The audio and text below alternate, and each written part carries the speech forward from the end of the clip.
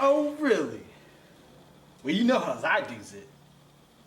I like that. You know what? I'm on my way. Yeah, I'll be the one outside butt naked, hockey mask, and scuba gear. One.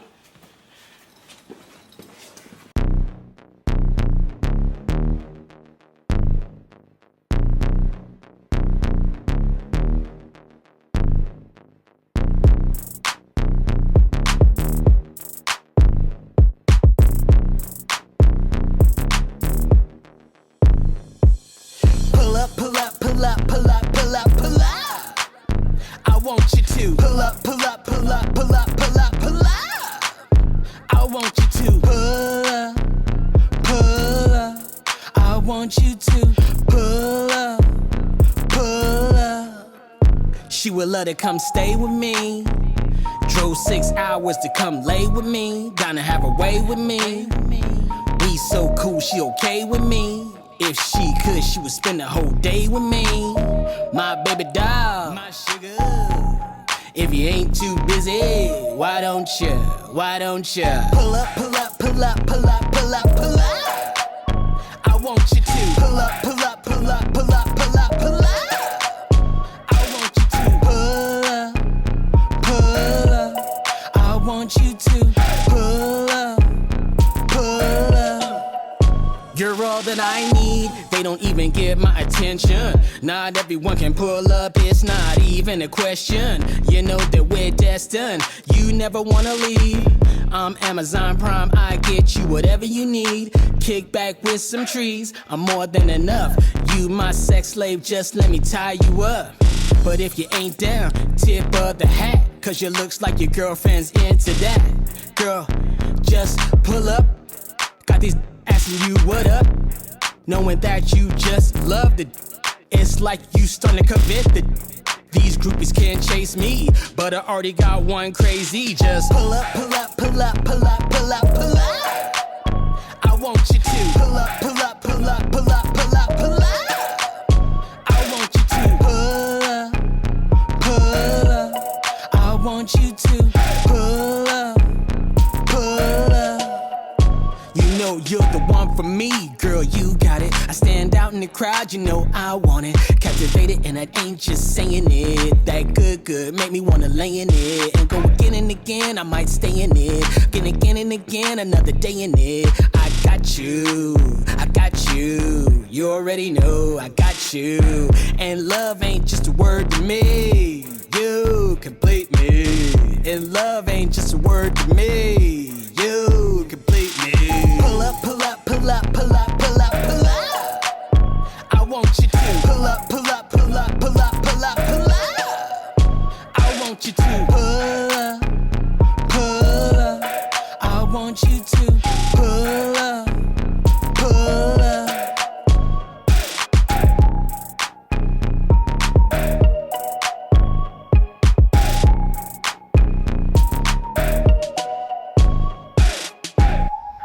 I'm coming!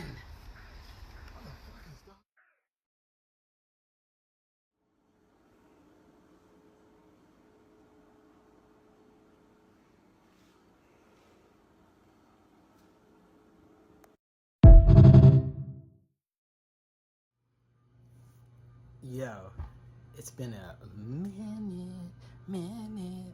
Yo, sorry, I have been doing like a lot of personal stuff, working on my acting.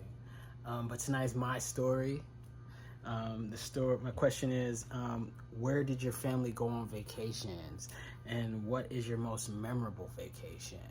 And I started thinking about it, and the truth is that as a kid, I was born in Chester, right? So it's outside of Philadelphia, right outside of Philadelphia. And it's like a real city, like city. But then as a kid, my dad and my mom, we just started traveling all over the United States as a kid. Like I've been almost to every state, and just like when I say travel, I mean like go there. I don't know why we're doing it for a long time. I still haven't figured it out. My dad going for jobs and all kind of stuff, but we would just drive from. We lived in Jersey, but when we were driving, like we would stop in these places. That was in the times when you drive in, first you always like welcome to so and so, but then you also have those places where you can stop and then. We all pose by some type of landmark or some state status. And just like all over the United States, like Montana, Utah, all over the Midwest, Iowa, Idaho, Texas, Mississippi, New Orleans, just the gamut. Mexico, Washington, just, you know what I mean? And this is as a kid, and most of it is just like in a tiny car, and it's just the four of us, and we're driving all over these places. We get out. I got used to like going to rest stops and Best Westerns and all the hotels and motels. Like it was so much like I started getting excited about wherever we're gonna go. Like we're gonna try the food. I'm gonna try the food in that place, in that area, and so we're always going to like some stop off and get like at a rest stop and have some food and stuff. And my sister, no matter where we go, will always, I want a cheeseburger. Now, we're in a Chinese restaurant. I want a cheeseburger. Like everywhere we go, it's like, come on, man. So having said that, that was why I don't think that we went on a lot of vacations. We were poor people at first anyway, so it wasn't like. So you don't do that. You work, you know what I mean? So, but then as I got older, my dad, after he became the general manager at Chi-Chi's, I think that's when he got a craving for like wanting more money, and we started moving up the ladder. And then I don't know what, maybe we were just going to visit, but I remember going to Florida and going to Disney World as a kid, as a family.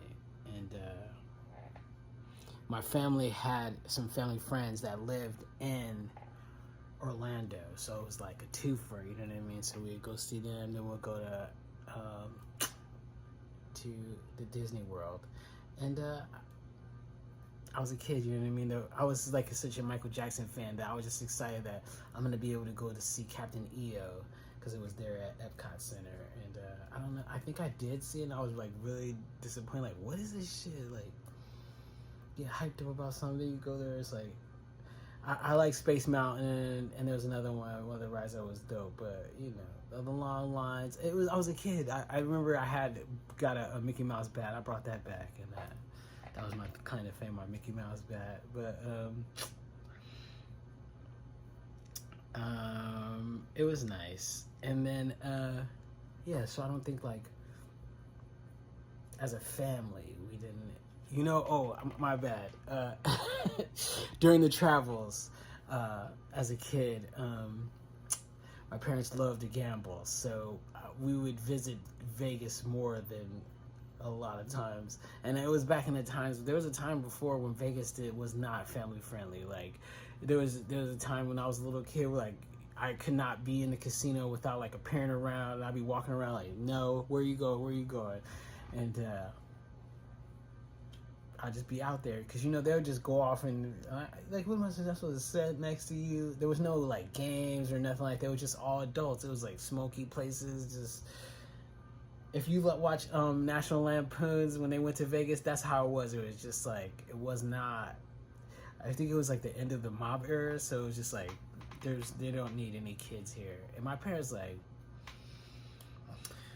they can figure for themselves. You know what I mean? There's a lot of times in my life that my parents automatically thought, even though you're a little person, you should behave like an adult all the time. You know what I mean? So like, they would just take you in place and expect you to just act like it, or you're gonna get beat the fuck up. So that's just what it was. You know what I mean?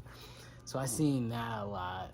I seen a lot of shit. Grand Canyons, all the wonders of the United States. I would just totally see, like, and especially it was like, Alaska, that's another one. Utah, like another one. Like Montana, like all these places. Hawaii, going to all these places like the Niagara Falls, the Grand Canyons. As a kid, I come from the city, so like all this. I thought it was corny, number one, but number two, I was aware that I'm blessed to have this opportunity to see all these things. You know, even when I was in Alaska, like I was aware, because I'm not from Alaska, that like a kid like me, before I even went back, that I knew that this is something that my friends where I'm from, they would never ever be able to, like, this is like, you would never think of anything like this. You know what I mean? And that was the thing that like. And I think also that was something that my dad wanted to put on me, and my mother too, that like the opportunities, I want you to be able to take advantage of the opportunities, and no matter like they're gonna put things on you, but even those things on you, you should still like reach for the stars. You know what I mean? For all, you know what I mean? Like my dad, like I said, my dad was like a cook, and then he worked his way up to be a therapist. You know what I mean? And like anything's possible. And that was always in my household. Like if you were talking about someone stopping you, my dad saying one monkey doesn't stop the show. And that's I always keep in my mind. Like it doesn't matter what other people think about you. That was another thing he really pressed on me. Like it doesn't matter what other people think about you. Stop worrying about what other people think about you. And you know, I think I hold that one dear to me now. Like who cares what you think about me? I don't think highly of you enough for me to care. Question. It makes it more of a finality. If it's a question, you're still debating. Okay. Really make it a finality to it. Okay. And maybe they'll write it here on the unicorn again. And action. Yeah. And maybe they'll ride it on a unicorn. I'm afraid finding a new viable donor is something we cannot realistically depend on. Either I cripple one or kill the other. Won't be able to play baseball. You gonna wait? I'm Lonnie Dangerous, and I'm the comedian. And I'm still having a problem with traveling. The TSA is still fucking with me. I don't even want to bring it up because I know they're petty. One time a guy grabbed my dick. I can't even remember where I was. But I was in the snake. You know the snake where they make you do this? We walk back and forth doing this. You know what I'm talking about. They got all up in my shit. I'm down to my socks. Then I went into the time machine. You know, the box that makes me get into the position I get into when the cops are around. Yeah, like this, yeah. Yeah, hi, hey, officers. Hey, yeah, I'm good. Because you never know, right? So I'm in Stop, Don't Shoot, right? By the way, how is this not good? And this, you're able to see everything. What kind of machine is this? Are they fucking with us? I have to put my feet here. When I finally got out, he just came up and grabbed my dick. And then just moved on. Said nothing. Didn't even look at me. I wanted to wild out. But I had money to get to. And a black man wilding in the airport comes with more than just World Star views. You get gifted cuffs and a trip to the booty house. I was thinking earlier, I hope that he was TSA. It would be crazy if a dude gets a TSA uniform and gloves and goes to the airport to grope people. The groper. Yes, come this way.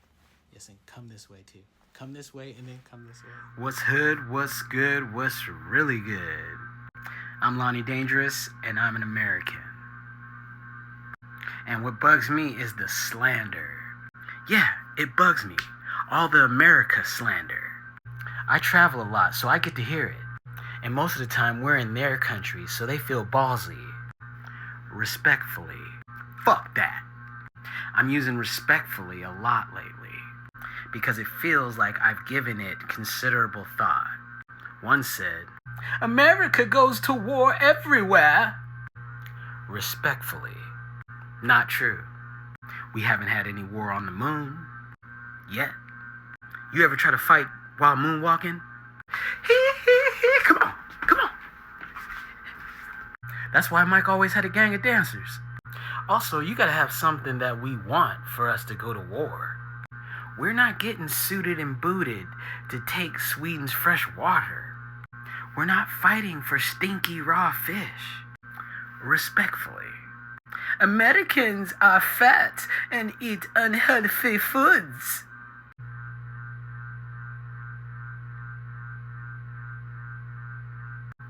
And somebody's jealous. You just ate a bear paw salad. What's the nutritional value of beans on toast? I'm eating chemicals, but your teeth look like you've been eating chemicals. Respectfully, I'm out here. You know how I do, dude. When Elliot Spitzer was in the governor's Get a close mansion, look at that. he would walk it's around like the this. mansion and look at the portraits. Oh no, it's and got a wonder glare, what dog. There the it is. former Bro, governors right would want to there. say to him. And this one. He definitely was looking for spiritual endorsement. There was so much acrimony. Blind, Dangerous, involved. Ambitious as a writer. It was rocking. Bang! You ready for the grand finale? Oh, I never do promos like anymore. I don't know. It's not. I don't never. But go out and get my latest album, The Sex Tape. Sex Tape. You know what I mean? One, because why people ask why the sex tape. One that it has like so many meanings. One that I was hoping that I would be starting getting to that level where there was a time when that was a thing, you know what I mean? Like everyone has their sex tapes. Ray J had a sex tape, Kim had a sex tape. So, you know, when you start getting, I started moving up the ladder, like, and now I have a sex tape, you know what I mean? Two, it was because, you know how they have, I'm watching some TV, but you know how, I could just, you know what I mean? Chill out. Two is, you know how they have mixtapes? And then back where I'm from, in Chester, when they had mixtapes, they would have mixtapes, right? But then they would also have DJs who were like designer, notorious DJs that would put out their own mixtapes. And I guess that's, you know what I mean? So not like, and I know now it's like hosting a mixtape, but before, like, he would be doing the mixing and blending and making a whole mixtape, like where it's nonstop. Like he would put on new songs you never heard, like bring back old songs. They would have theme ones, and they would have all these different mixtapes, and all the DJs would have them. Well, I cannot remember who had it, but there was one that had the fuck tape, and it was the fuck tape, and like it was the opposite of like a mixtape. A mixtape has all these hip hop songs on it, but the fuck tape was a tape that had like all like R&B songs, stuff that you would like have sex to, you know what I mean? But it was called the fuck tape, and then you would just get the fuck tape. You had the mixtape, and then there's the fuck tape. Well, I was thinking about sometimes. Me personally, most of my life have hung out with women, and that is just something. Not only did I just do, but my dad would like foster that too. He always, like when I was little, I hung around. When I hang around dudes, I had my crew too, but my dad would like sometimes be like, when I was young, man, I just hung out with girls, man. I didn't even hang out with dudes. Dudes would get you in trouble, and that thing like stayed in the back of my head, because a lot of times when I would be in trouble, I would be hanging out with the fellas. But if you're hanging out with some ladies, it's always like chill. It's not too much drama. It's gonna be dramas between them. So I hang out with ladies a lot and enjoy their company, period. And whether we're in a relationship or not a relationship, we can have a platonic relationship and just hang out. So when I'm hanging out with ladies, you know what I mean, like, if you're interested in the woman or not, I wanted to make something that you could play around women and it still be kind of hardcore. It's like before the fuck tape, like, you know, and the foreplay, hanging out. So it's like it's music that you can chill with the lady with and kick it, but it's smooth, and then it has like a little rough in it. It's just like a little, you know what I mean? It's in the middle of the two, you know what I mean? So I wanted to have, my goal was to have a smooth EP and then a rough EP. So the sex tape was my version of a smooth EP, and I wanted to do songs in the vein of like, you hanging out with some girls, you put that on, you can just let it play, and like the girls like it, you like it. There's hard, there's soft, there's everything in there. It's just chill, you know what I mean? Chill music, mood music. But even if you want to make a sex tape, you play it right now, I guarantee that it's better for you. You have a sex tape and you put that in the background and get your stroke on, like, the beats be rocking, like, it's for that first. But if you just want to kick it with girls, you know what I mean? Parlay, do what you do. This is that album. That's why it's called the sex tape. Also, lastly, when I was coming up with the concept, I do research, right? So I would go to Spotify and I created a playlist of songs that inspired me to come up with these, stay on this vein of music, this whole idea. So I would play that and it would keep me in the mood for this, even before I write or after I write or whenever. And I was dating a woman, and she didn't live here. She lived in another state, and she would come and visit. And on her way, she was going back, and I told her, like, you can use my Spotify. She saw my Spotify, she was using it, and she saw the sex tape playlist on there, and she immediately, like, you trying to do some, you know what I mean? It just went left, you know what I mean? And subsequently later in the feud, she started sending our most intimate videos to all my family and friends and supervisors, and just madness, right? So in me writing an album called The Sex Tape, I had my real sex tape put out there, out into the public. And so that was irony the whole time too, you know what I mean? And also why I was trying to, and I'll be honest, this we're family now. I'll be honest that it could have been smoother. I might do it again, because at the time, all that was in my head, you know what I mean? So if you go to the album, there's a lot of times I talk about how I was feeling during her sending all that out, and like harassing all my friends, I have a whole 5-minute bit, 10-minute bit on the whole experience. But then I did like songs that I was trying to get back to like intimacy, but I always would bring that into it too, because, you know what I mean, I didn't separate myself from the art.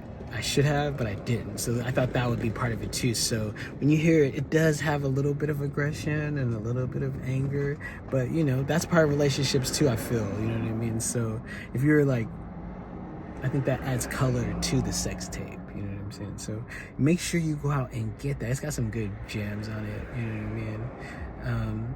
It's about, I've passed the point of like trying to do like an image or some type of, I am the character, so, you know what I mean? I'm brutally honest about my life. I don't like, just get it, you know what I mean? Like, I made personal vows to myself that I would never like front. And then I got older, and like I see that's like I got cousins that listen to my music, so I stopped like talking about guns and murder and shit like that. I want to still be fresh without feeding poison to my people, you know what I mean, or being like a beast. That's the whole point of my music, is that I came from that and I was in that, and like how hard it is to transfer out of that, and how much there's the addicts, and then there's other addicts that are like on the other side. So how you try to like stay positive. Sex tape, dog, get that, it's good. I got a single right now, I Know It's Real. I could tell I know it's real. All about me falling in love with a girl who is a former stripper, and I was into her. Like, I really was into her. And I Know It's Real means, like, you know, like if she was still working. She goes to work, right? But then after she gets off, me and her have our relationship, and regardless of what she does at work, I know what we do is real. You know what I mean? These tricks, they think that's real. That ain't real. You save it for me. You know what I mean? That's French said, he like, bro, I'm learning French. I call this one French press. He the strong one. Like, what? That's not even a fucking French name. This is cool. I'm from North Carolina. Being from North Carolina is weird. Yeah, oh, word, yeah. I got a house on Cone by the Walmart in Greensboro. Yeah. I'm actually from there. That's what's up. You do porn and you from Greensboro? That's funny as fuck. Oh, okay. I was about to say, you made it, bro. Like, you made it. You ain't have to fuck no dudes, did you? No. Alright, you made it. Just dudes get to watch you and shit. They be like, yeah. It's hella gay dudes watching you fuck, bro. They like, man, I want him to get the ass angle. If he could just get the ass angle. I used to want to OnlyFans till my homeboy showed me his messages. Them shits was all from gay dudes. Hey, will you jack off $100? No. It's a rough place to be. Like, imagine being a male stripper and your lights off and some niggas walk in with ones. You like, fuck. Nigga trying to turn around so don't nobody see and shit. Who should look like they deliver pizzas. No, because I feel like those dudes, they will sit down and listen to you, you know? From my experience, they do sit down and listen. He's living because he's like, I roasted his ass. He didn't expect that from me. I know who you are. I ain't tripping. You good. I know. Of course I know you're good. I know. We've been texting each other. I know. Yeah. Y'all been sexting. Sexting. I'm just You know, I have good birth control, so I can fuck with niggas like him, you know. I don't have to worry about... I have good birth control. I don't know why dudes trust women when they say they have good birth control though. Like, that's stupid. If I was a dude, I would never trust a female telling me she got good birth control, you know. No, seriously, don't trust, don't do it. Really don't. But me, I have good birth control. Wagwan. I'm Lonnie Dangerous, and I'm an American. I grew up from poverty to upper middle class. So I've seen all sides of our lovely educational system. In the wealthy communities, the possibilities are endless. Alternative schools, career centers. One of my high schools had a shooting range for our ROTC. They took us outside to study nature. But in Chester, where I was born, the opposite side of the spectrum. It's right outside of Philadelphia. We had one high school. You go to the high. We had metal detectors at the front doors. I didn't know if I was taking a test or taking a flight. The whole school was a shooting range. Boys and girls each had one elective. The girls, they get a cooking class. And the boys, they get prison etiquette. They show you how to sit down to pee, the courtesy flush, how to pose for your prison pictures. The teacher's like, hey, little nigga, arch your back like this. Like this. No, you can't use the bathroom. The class wasn't even on school grounds. They had to bus us to a mechanic shop. In a prison bus. On cars and making pruno. I was afraid to be a good student. The homies was calling it Hamsterdam. They aced all the tests, even the final, tricking the P test.